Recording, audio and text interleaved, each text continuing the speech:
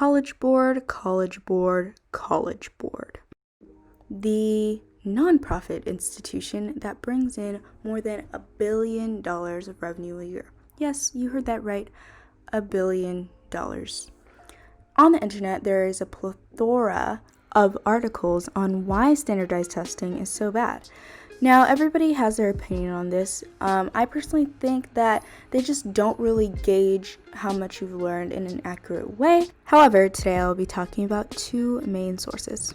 To start, we have the Washington Post's lengthy article entitled 34 Problems with Standardized Tests.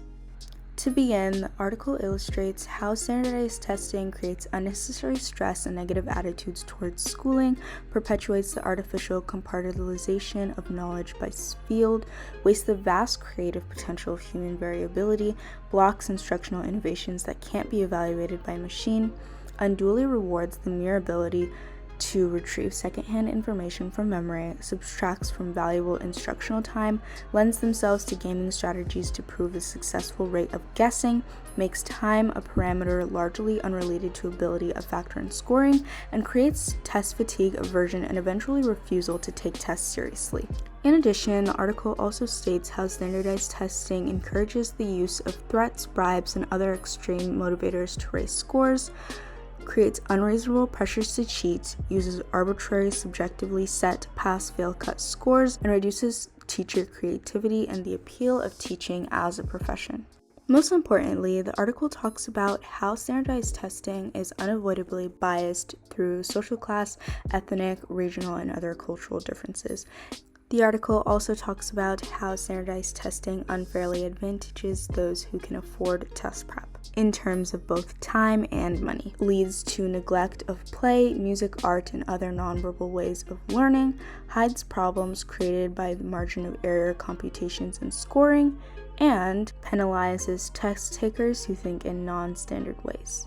In addition to this, the article also discloses how, according to the National Academy of Science report to Congress, standardized testing does not increase student achievement. Now I will be citing the Harvard Graduate School of Education article entitled When Testing Takes Over. The author specifically talks about how the pressure to raise test scores has become so strong that testing often degrades instruction rather than improving it. Many parents have encountered this, large amounts of teaching time lost to test prep that is boring or worse. While I provided many valid points on why standardized testing is subjective and biased to anyone who takes it, it's still important for me that I do well on this test, the PSAT 10, which is a practice for my SAT, and as shown on screen, SAT is a big factor in which colleges are going to accept me in or not. Getting into a good college will also help me achieve my dream, my main goal in life, which is to become a cardiothoracic surgeon. Cardiothoracic surgery is also a very male-dominated field, so me becoming a Black female cardiothoracic surgeon would help inspire and show other Black women that becoming a surgeon is possible and it's something that they can do, as representation equals inspiration. And now to our regular scheduled programming. Good morning, guys. We're back for an early morning study with me. I haven't woken up this early since February, and it's really taking a toll. But I just woke up, I brushed my teeth, I put on some chapstick very messily, as you can see. I did not do a good job. But we're going to be studying for my PSAT 10 in this video. If you're not American or you don't know what it is, it's basically like a practice SAT for 10th graders, just to gauge you as you do school, so you're not super unprepared for the SAT. So I took the PSAT 8, 9. Now we're studying for the PSAT 10. It is currently 5:30 a.m. And before I start studying, I am going to go downstairs and make a coffee, but I'm not going to eat, because if I eat, then I will be full and I will go back to sleep. So let's do that.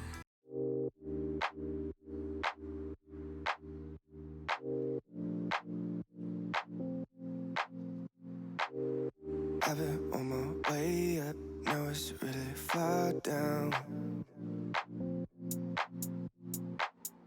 I don't think I'll feel it when I hit the ground.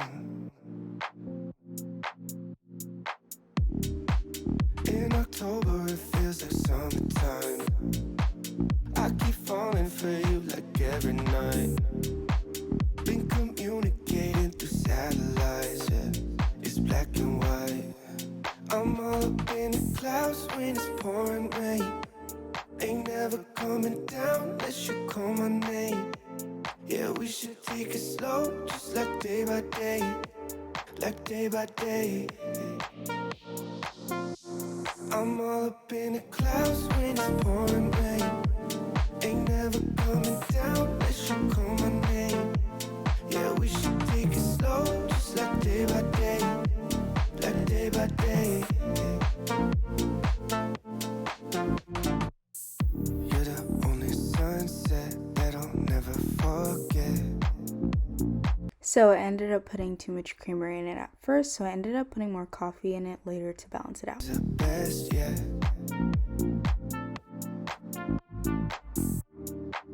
In October, it feels like summertime.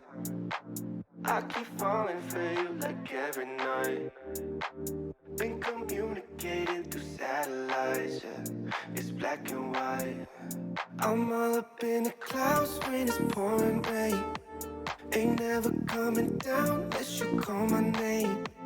Yeah, we should take it slow, just like day by day. Like day by day. I'm all up in the clouds. That's pretty good. I haven't made coffee with heavy cream in like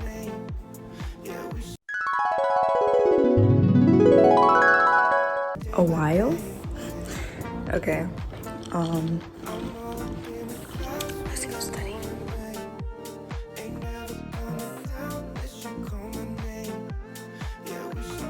So to start, I decided to start with some math practice. So this was 30 practice questions. Some of them are from the SAT, some of them are from the PSAT, some of them are from the PSAT and MSTQ, but there's just a lot of them. I think I got like 23 out of 30, which isn't bad for my first time, but yeah.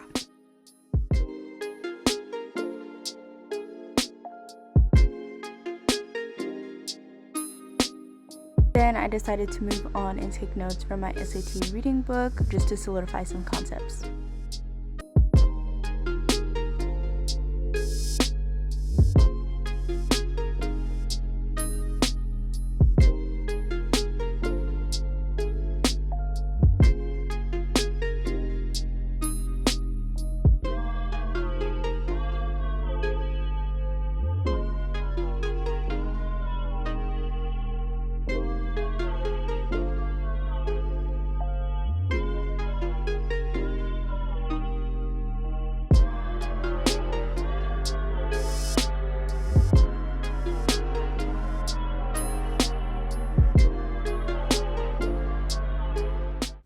So hey guys, it is currently 7 a.m. right now.